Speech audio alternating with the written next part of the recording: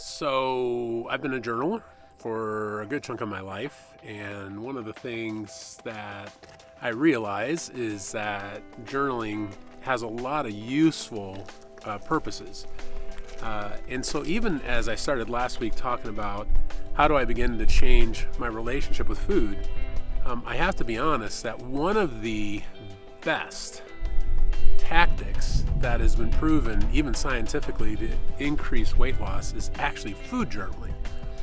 So as somebody that understands the value of journaling, it wasn't that much of a reach to understand the power of food journaling.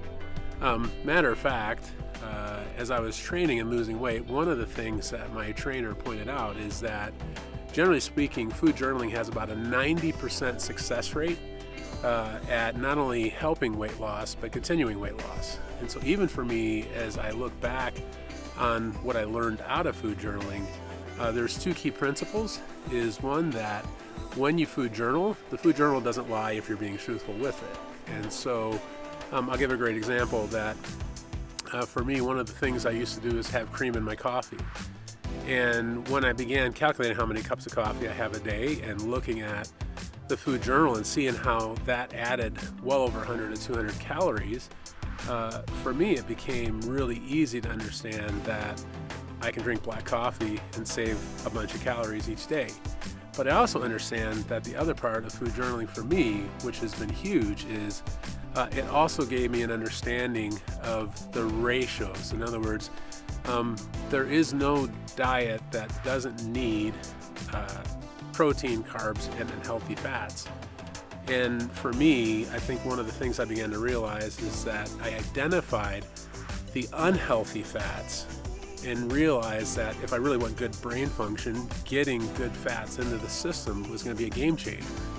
And so I really understand that when you look at those ratios and you can understand, here's my percentage of carbs. We need carbs, that's that raw energy, but how do we get more unprocessed carbs? I need good protein, but when I look at that, like, how am I getting more lean protein? I love beef, but I realized that I could get a lot more protein in my system if I went towards chicken that was leaner. For me, the understanding that then, this is probably where I really began to truly fall in love with something like avocado, where it's great fat that you can put on so many things. I believe food journaling is, when we talk about how do we change our relationship with food, food journaling shows us the weakness in our current plan. It's not only just a great tactic to lose weight, but to also own really what we're putting into our body and what we're hoping to see accomplished out of it.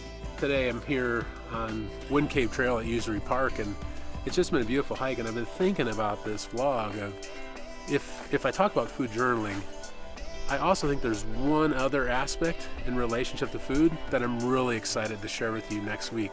I believe there is somebody out there that could use encouragement from this video, that just this tactic of adding food journaling could transform your journey with food and your weight loss journey, if that's the journey that you're on.